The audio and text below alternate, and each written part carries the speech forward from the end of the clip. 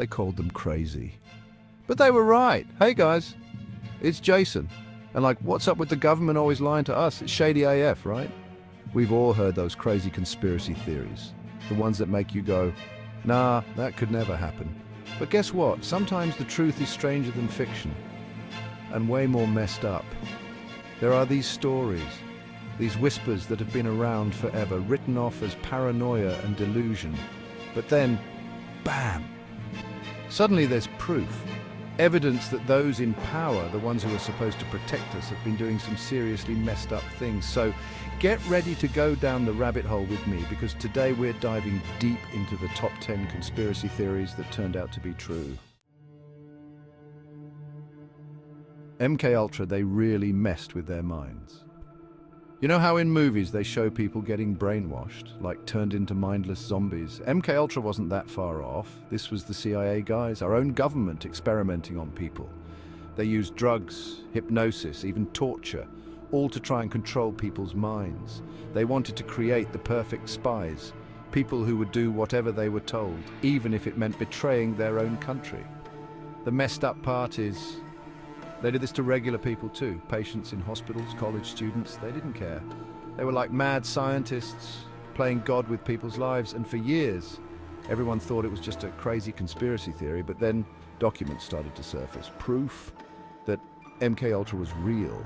It's terrifying to think about the power they had, the things they did. It makes you wonder, what else are they hiding from us?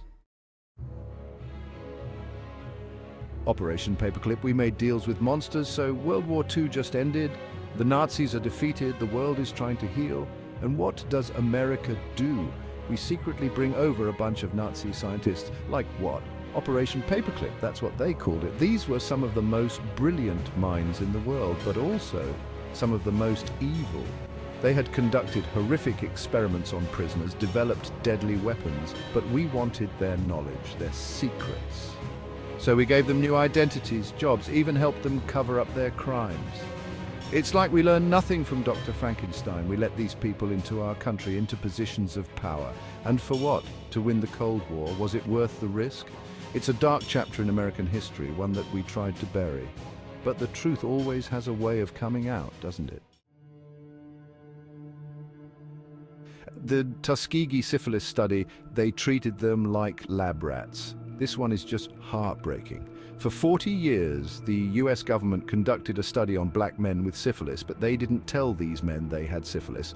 They told them they were being treated for bad blood. They gave them placebos, fake medicine. They watched as the disease progressed, as these men suffered, even died. And they did nothing. Can you imagine being so desperate for medical help only to be betrayed by the very people who are supposed to care for you? It's inhumane.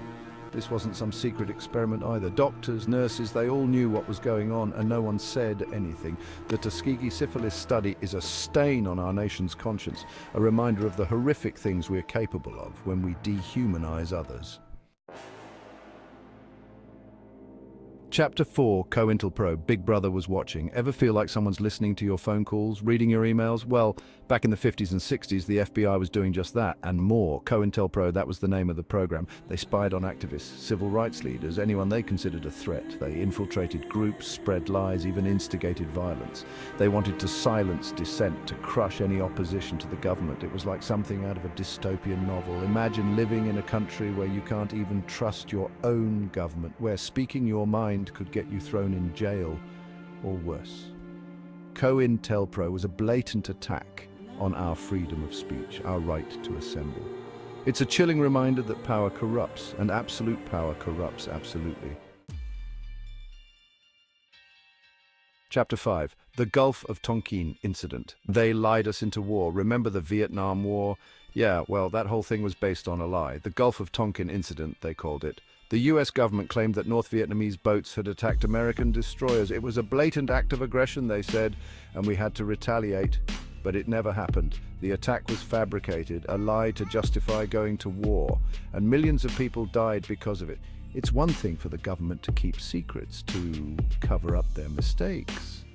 But to lie to the American people, to send our young men and women to die for a lie, that's unforgivable. The Gulf of Tonkin incident is a stark reminder that we can't always trust what our leaders tell us. We have to question, to think for ourselves. Chapter 6, the Iran-Contra affair. They played us like pawns. So, picture this. The US government, sworn enemies with Iran, secretly sells them weapons, and then uses the money to fund rebels in Nicaragua. Illegal rebels, I might add. Sounds crazy, right? Like something out of a bad spy movie. But it really happened. The Iran-Contra affair, they called it. It was a tangled web of lies, deceit, and backroom deals. And it showed just how far our government was willing to go to get what they wanted. They broke the law, they betrayed our trust, and for what? To fight a proxy war in Central America. It's enough to make you lose faith in the whole system. The Iran-Contra affair is a prime example of how power can corrupt even the highest levels of government. Chapter 7. The CIA and drugs they were dealing death. Okay, this one is seriously messed up. For years, there were rumors that the CIA was involved in drug trafficking, that they were smuggling drugs into the country, funding their covert operations with drug money. And you know what? It was true. The CIA was working with drug lords, turning a blind eye to the trafficking of cocaine and heroin into our cities. They were literally profiting off of addiction, off of the suffering of millions. It's hard to even wrap your head around the level of corruption, the disregard for human life. The CIA's involvement in drug trafficking is a dark chapter in our history, one that we're still grappling with today. Chapter 8. The Bohemian Grove. They partied with the devil. Imagine a secret society made up of the world's most powerful men, politicians, CEOs, celebrities, all gathering in the woods for a 2-week party. Sounds like something out of a Dan Brown novel, right? Well, it's real. The Bohemian Grove, they call it.